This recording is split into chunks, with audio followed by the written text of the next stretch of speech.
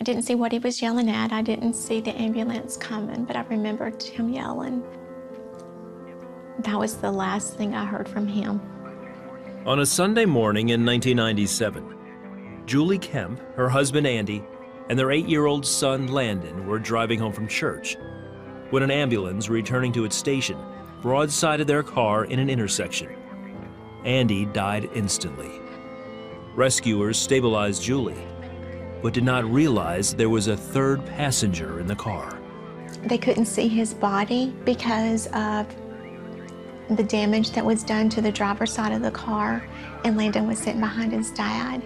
And when they saw Landon's shoe, it took a deeper search for his body.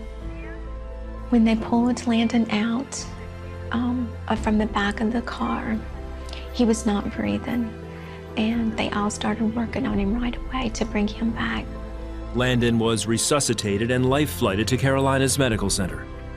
He died 2 more times that day, and both times he was brought back to life.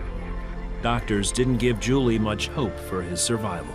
They told me that if he lived, which did not look good, but that if he lived, that he would be like an 8-year-old baby, that he would not know how to walk or talk or to eat. I was so desperate that that was okay. I would take that just to have him. He was all that I had. At her husband's funeral, Julie remembers feeling abandoned by God. I was very disappointed, heartbroken. And while I'm sitting at the funeral, I'm fussing at God. I don't understand why this happened. I don't understand why he didn't send angels to protect us. But in the very next breath, I'm praying as hard to him as I've ever prayed in my life for Landon to live. Landon had suffered massive head trauma during the accident and remained in a coma. He's hooked up to all kinds of machines to keep him alive, and there are no signs. There's nothing good or bad. They see nothing happening.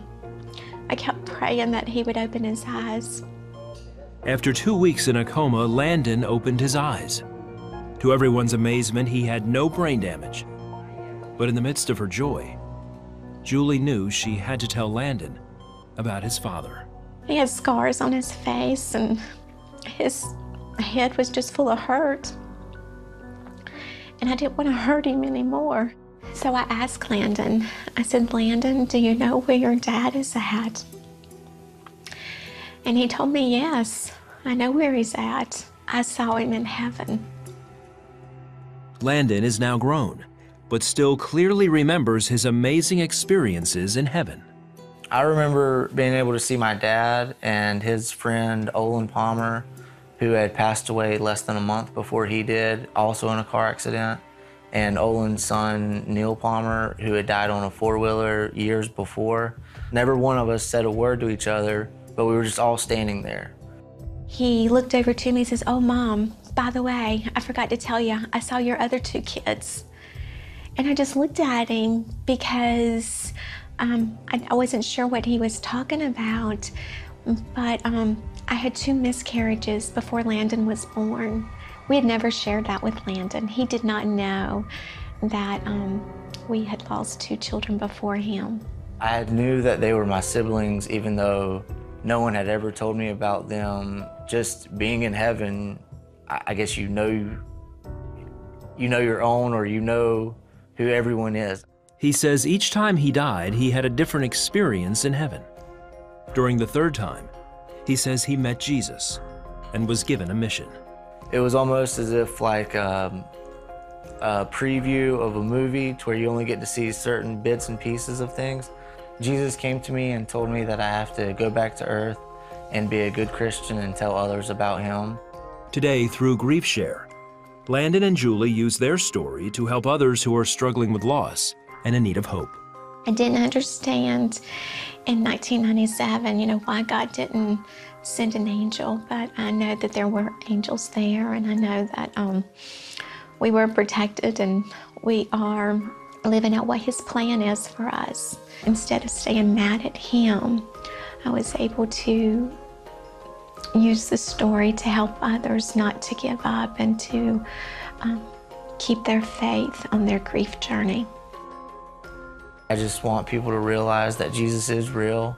There is a heaven, there are angels, and to follow his word in the Bible, and life does get better at the end.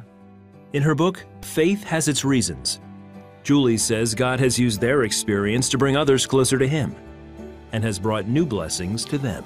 It is a huge blessing that I get to watch my child tell others about Jesus. He is always willing to let others know that there is a heaven because he's been there.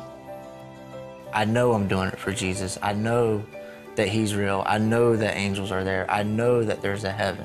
I'm not doing it for someone who I don't know or I've never seen. I've seen Jesus. I know he's there.